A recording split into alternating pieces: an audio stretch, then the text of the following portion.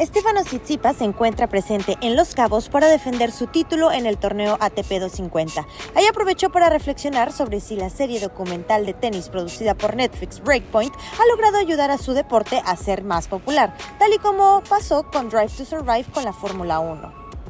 Talking about Breakpoint, do you think it helped the age to get more famous? Your life changed a little bit with people in the street or something? Not that much actually. I think they could have done a better job, if I can be completely honest. I think there were a few things in the edit that I paid attention to that were not very precise, and the editor seemed like they didn't know much about tennis. And that is my complaint as a tennis player. You know, I want to see better consistency, better storytelling on the tour, because there are many more exciting stories that haven't been shared or told that can be brought out on a Netflix episode. I feel like some of the stuff were very generic and basic. Some of the stuff that I saw was surprised because I feel like they were being hyped up a bit too much, perhaps. I wish they can learn from their past, the things that they have been able to showcase and present on Netflix, because I do believe there is better potential there that can be squeezed out of the tour. What happens in season 3? There is going to be season 3? I don't know. Okay. You know, maybe you don't know. I don't think so. Okay.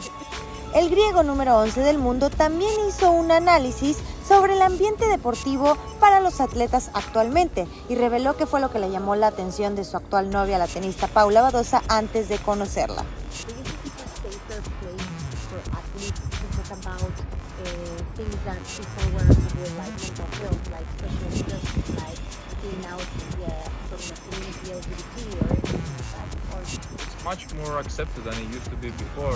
What I see is people are not afraid to speak up. People talk openly and free, and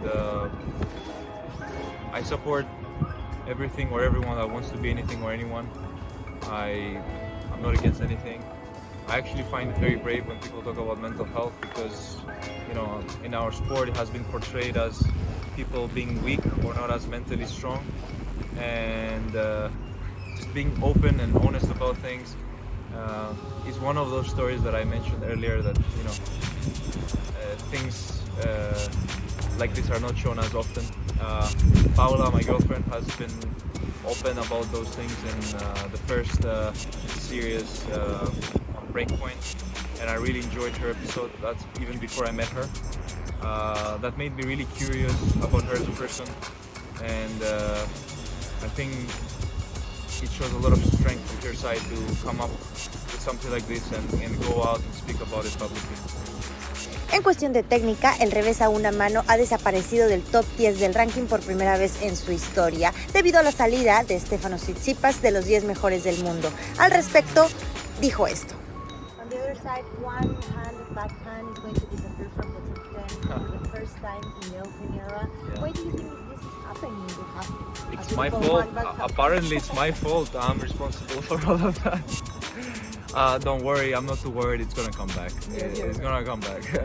And yeah, it might have had a small drop, and you know, it's quite crazy in my opinion that people finally started talking about this, because I sat down one day and I thought, how many players are single head backhand in the top 50? Not that many actually, and that made me realize that this is really rare.